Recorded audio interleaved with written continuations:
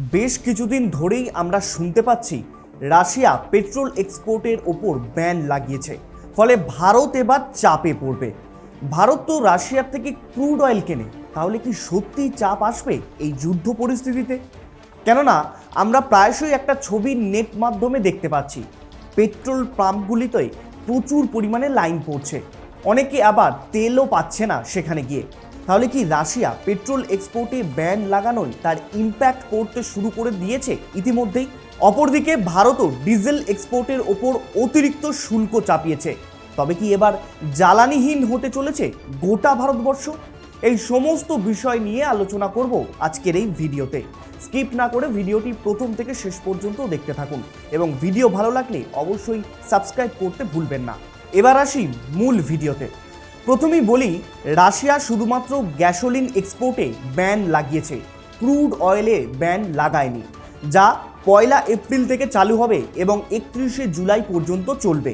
তবে দরকার পড়লে আরও বেশ কয়েক মাস বাড়াতে পারে। আর ওই গ্যাসোলিনের মধ্যেই পড়ে পেট্রোল। ফলে শুধুমাত্র পেট্রোল এক্সপোর্টে ব্যান চাপিয়েছে রাশিয়া। কিন্তু এখন প্রশ্ন হচ্ছে কেন? কারণ বর্তমানে প্রায় 1 মাস হয়ে গেছে, কিন্তু যুদ্ধ পুরোপুরি বন্ধ হওয়ার কোনো আশাই দেখা যাচ্ছে না।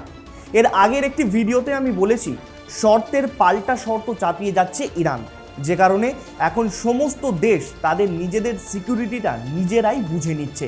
আর রাশিয়াও ঠিক তেমনটাই করছে এই মুহূর্তে। তবে এর পেছনে একটা বড় কারণ হলো কিছুদিন আগেই ইউক্রেনের হামলা, যে হামলায় রাশিয়ার তেল শোধন করার ক্ষমতা প্রায় 40% কমে গেছে।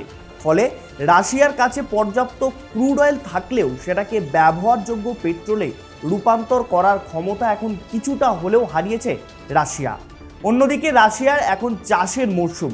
এই সময় রাশিয়ার ভেতরে পেট্রোলের ব্যাপক চাহিদা থাকে। তাই সেদেশের পুতিন সরকার চাইছে যাতে দেশের ভেতরে গ্যাসোলিনের দাম হুট করে বেড়ে না যায় বা কোনো রকম ক্রাইসিস তৈরি না হয়, যেমনটা আমি আগেই বললাম। তাই নিজেদের সাপ্লাই ঠিক রাখতে তারা এখন রপ্তানি বন্ধ করেছে। কিন্তু সমস্যাটা হচ্ছে, তাহলে ভারতের কি হবে? ভারত তো রাশিয়া থেকে তেল আমদানি করা বাড়িয়েছিল এই যুদ্ধ পরিস্থিতিতে, তাহলে ভারতেও তো ক্রাইসিস শুরু হয়ে যাবে। দেখুন, এই সব হতে এখনও প্রায় মাস চারেক সময় লাগবে। যদি যুদ্ধ আরও বেশি কয়েক মাস ধরে চলতে থাকে তবেই হবে এটা। কারণ ভারত রাশিয়া থেকে ক্রুড অয়েল পারচেজ করে, কোনো পেট্রোল ডিজেল কেনে না। আচ্ছা, আপনাদের এই ক্রুড অয়েল আর গ্যাসোলিন কি এটা আগে বলে দিই, তাহলে বুঝতে আপনাদের সুবিধা হবে। দেখুন, ক্রুড অয়েল হচ্ছে মাটি থেকে যে তেলটা পাওয়া যায় তাকে বলা হয় ক্রুড অয়েল, অর্থাৎ এক কথায় হচ্ছে অশোধিত তেল। আর ওই ক্রুড অয়েল শোধন করে পাওয়া যায় পেট্রোল, ডিজেল, কেরোসিন, যাকে এক কথায় বলা হয় গ্যাসোলিনও বলা হয়। এবার একটু মনে করে দেখুন, আমি প্রথমেই বলেছিলাম ভারত রাশিয়ার থেকে ক্রুড অয়েল কেনে, কোনো পেট্রোল বা ডিজেল কেনে না। ফলে ভারতের কোনো চাপ নেই এক্ষেত্রে। কারণ এশিয়ার সবথেকে বড় রিফাইনারি আজ রয়েছে ভারতের জামনগরে, যেখানে বড় বড় তেল সংস্থাগুলো রাশিয়া সহ বিভিন্ন দেশ থেকে ক্রুড অয়েল বা কাঁচা তেল কিনে রিফাইন করে সেখান থেকে পেট্রোল, ডিজেল ইত্যাদি বের করে। তাই রাশিয়া পেট্রোল এক্সপোর্টের ওপর ব্যান লাগালে ভারতের ওপর কোনো এফেক্ট পড়বে না। কিন্তু এখন প্রশ্ন হচ্ছে, যদি পরিস্থিতি আরও খারাপ হয়, সেক্ষেত্রে ভারতের কাছে ঠিক কতদিনের তেল রয়েছে? বর্তমানে ভারতের অয়েল স্টক যা রয়েছে, জানলে আপনার মনে যে ভুল ধারণা রয়েছে তা সম্পূর্ণরূপে মিটে যাবে। ভারত সরকার জানিয়েছে যে ভারতের কাছে প্রায় 60 দিনের তেলের মজুদ আছে। তবে এখানে একটা ছোট বিষয় আছে যা আমাদের বোঝা দরকার, সেটা হলো স্ট্র্যাটেজিক পেট্রোলিয়াম রিজার্ভ বা এসপিআর। ভারতের নিজস্ব রিজার্ভে মাত্র 9 দিনের ক্রুড অয়েল মজুদ রাখার ক্ষমতা রয়েছে। তবে এই স্ট্র্যাটেজিক রিজার্ভে কিন্তু পেট্রোল বা ডিজেল থাকে না, শুধুমাত্র থাকে ক্রুড অয়েল। এবার আপনি ভাবছেন, তাহলে 60 দিনের হিসাবটা ঠিক কোথা থেকে আসছে? আসলে এখানেই সাধারণ মানুষের মধ্যে একটা ভুল ধারণা তৈরি হয়। এই 60 দিনের হিসাবটা হলো ভারতের 9 দিনের স্ট্র্যাটেজিক রিজার্ভ এবং দেশের বিভিন্ন তেল কোম্পানিগুলোর কাছে থাকা পেট্রোল ও ডিজেলের মোট মজুতের পরিমাণ। অর্থাৎ সব মিলিয়ে আমাদের হাতে প্রায় 2 মাসেরও ব্যাকআপ রয়েছে ইতিমধ্যেই। তাই সম্প্রতি সোশ্যাল মিডিয়ায় যে গুজব রটেছে যে কাল থেকে পেট্রোল পাওয়া যাবে না বা ভারত জ্বালানিহীন হতে চলেছে, এগুলো একেবারে ভিত্তিহীন। আর এই ফেক নিউজের কারণেই আমরা দেখতে পাচ্ছি এখন পেট্রোল পাম্পগুলোতে লাইনের পর লাইন পড়ে যাচ্ছে। কিন্তু আমাদের ভুললে চলবে না, ভারতে কোনো তেলের সংকট নেই এবং যথেষ্ট পরিমাণ স্টক মজুদ রয়েছে ইতিমধ্যে। তাই আতঙ্কিত হয়ে পাম্পে গিয়ে ভিড় করার কোনো প্রয়োজন নেই। অন্যদিকে যখন সারা বিশ্বে তেলের দাম বাড়ছে, তখন ভারত একটা বড় পদক্ষেপ নিয়েছে। কিছুদিন আগেই যেমন দেখলাম ভারত সরকার 10% শুল্ক কমালো তেলের ওপর, তেমনি ভারত সরকার ডিজেল এবং এভিয়েশন ফুয়েল বা এটিএফ এর ওপর স্পেশাল অ্যাডিশনাল এক্সাইজ ডিউটি বা এক্সপোর্ট ট্যাক্স বাড়িয়ে দিয়েছে। এখন প্রশ্ন হচ্ছে, ভারত কেন এমনটা করলো? শুধুমাত্র ডিজেল আর এটিএফ এর ওপরই কেন ট্যাক্স চাপালো? পেট্রোলও তো রয়েছে, তার ওপর কেন নয়?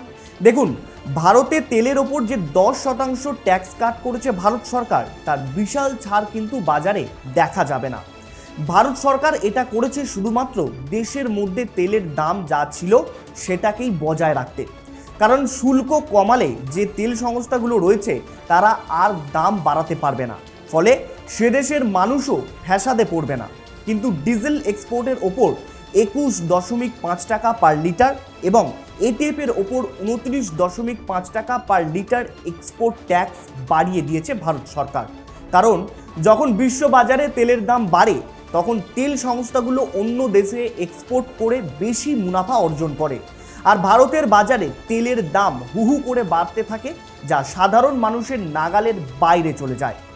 আর তার থেকেও বড় ব্যাপার হচ্ছে, সব জিনিসের দামও বেড়ে যাবে এক ধাক্কায়। কারণ মালপত্র বহন করার জন্য যে সমস্ত গাড়ি দরকার পড়ে, তার বেশিরভাগই চলে ওই ডিজেলের মাধ্যমে। এবার যদি ডিজেলের দাম বেড়ে যায়, সেক্ষেত্রে জিনিসের দামও বেড়ে যাবে, এটা কিন্তু স্বাভাবিক ব্যাপার। ফলে যাতে সেরকম পরিস্থিতি তৈরি না হয়, তার জন্য ভারত সরকার স্পেশাল অ্যাডিশনাল এক্সাইজ ডিউটি চাপিয়েছে ওই ডিজেল এক্সপোর্টের ওপর। আর এটিএফ এর ক্ষেত্রেও ব্যাপারটা খানিকটা ওই একই রকম। সবশেষে এটা বলাই যায় যে রাশিয়া পেট্রোল এক্সপোর্ট ব্যান করায় ভারতের ওপর সরাসরি কোনো আঘাত আসছে না। এটা যেমন সত্যি, ঠিক তেমনই বিশ্ব রাজনীতির এই সংকটময় সময়ে ভারত সরকারও কিন্তু হাত গুটিয়ে বসে নেই।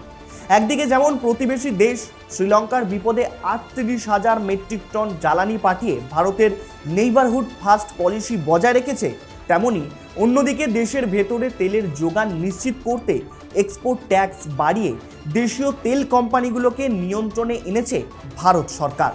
বিশ্বের এই কঠিন পরিস্থিতিতে ভারত তার এনার্জি সিকিউরিটি কিভাবে বজায় রাখবে, এখন সেটাই দেখার বিষয়। আজকের ভিডিও আপনাদের কেমন লাগলো এবং ভারতের এই এক্সপোর্ট ট্যাক্স সিদ্ধান্তকে আপনারা ঠিক কিভাবে দেখছেন তা নিচে কমেন্ট বক্সে অবশ্যই জানাবেন। এবং ভিডিওটি ভালো লাগলে একটি লাইক এবং শেয়ার করে দেবেন। আর বিশ্ব রাজনীতির ব্যাপারে নতুন আপডেট পেতে এবং গভীর বিশ্লেষণ পেতে আমাদের চ্যানেলটিকে সাবস্ক্রাইব করবেন। ধন্যবাদ, সকলে ভালো থাকবেন।